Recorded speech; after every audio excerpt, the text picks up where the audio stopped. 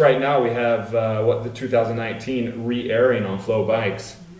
Yeah, we will be wrapping that up this Friday, Stage 19, airing on Wednesday. One of the most dramatic, craziest, ridiculous bike races I've ever watched. Gregor, you were there. Yeah. Let's set this up. What the stakes were. We still had Alaphilippe in yellow as we hit the summit of the Col de la Iseran.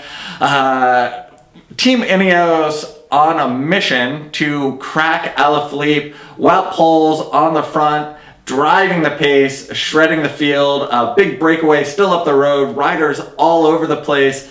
Poels pulls off about 6 kilometers from the top of this high altitude summit, and Thomas attacks, sends Alaphilippe out the back, forces a selection, a very elite selection, with his teammate Egan Bernal, Kruijswijk, and Emmanuel Bookman from Bora Hansgrohe.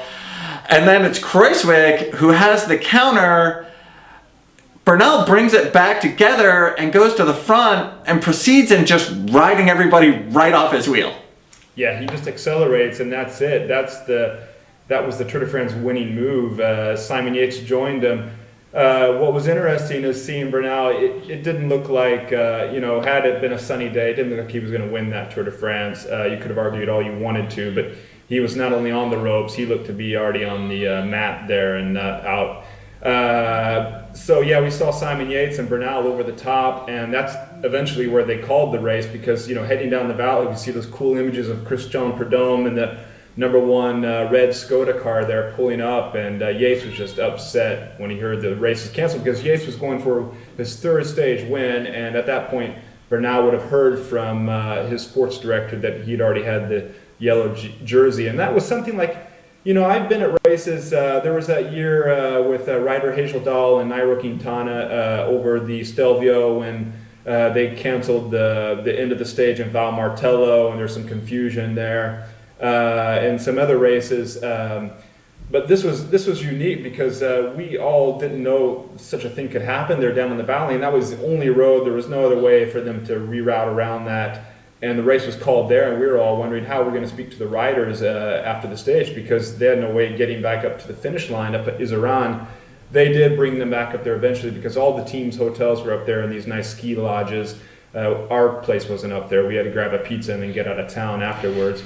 But that was truly unbelievable. But that's the beautiful thing about bike racing. You never know what's going to happen at these events. And the next stage was the drag race up to the top of the climb there. But let's get into, though, the team dynamics, the tactics at play here, because would Bernal have won this? I mean, let's scroll back a little bit, actually, because leading into this stage, one of the most exciting tours that we had ever seen, it looked like Alaphilippe was going to, maybe could hold on to this jersey. But then here comes, the team INEOS train, just brutally executing, ripping this race apart. What ended up being the 2 best riders in the race, finished 1st and 2nd on general classification, trading off attacks. It was interesting going back and looking just how much stronger Bernal was than everybody, riding everyone off his wheel.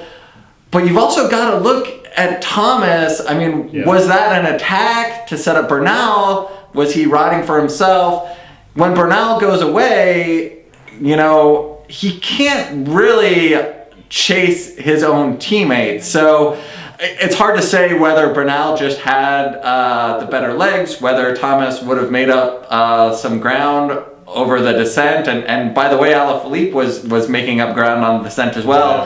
And then what would have been the finishing climb, I don't know, I think just left everybody really a bit deflated over what was turning into one of the most spectacular races of all time. And I think also even for Bernal, I mean, proved himself as, the best climber on that day at least, and the following day in defense, but he didn't really get the victory that he deserved for the class of rider that he is.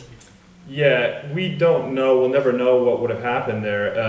And I think some of that was played out in that Geraint Thomas documentary, which some of us saw during the winter. You know, he was pretty disappointed he lost his chance there. So, you know, maybe he was hoping that other guys were going to save their strength and go on the climb up to Iseran. I think Stephen Kreuzwick was talking about that. So Thomas could have followed on their coattails, followed them in to catch Bernal, and then countered, and then had a chance to double up on his 2018 Tour de France victory. But we'll never know. But that's, yeah, one of these things that makes cycling so interesting, isn't it? Yeah, for me, I still, it just leaves such a sour taste in my mouth. I mean, it's something that makes for a great story, but yeah, I mean, it just leaves you, to see, we need part two, and I think part two will be the 2020 tour, and with the added drama, with the added dynamic of Froome joining the party here.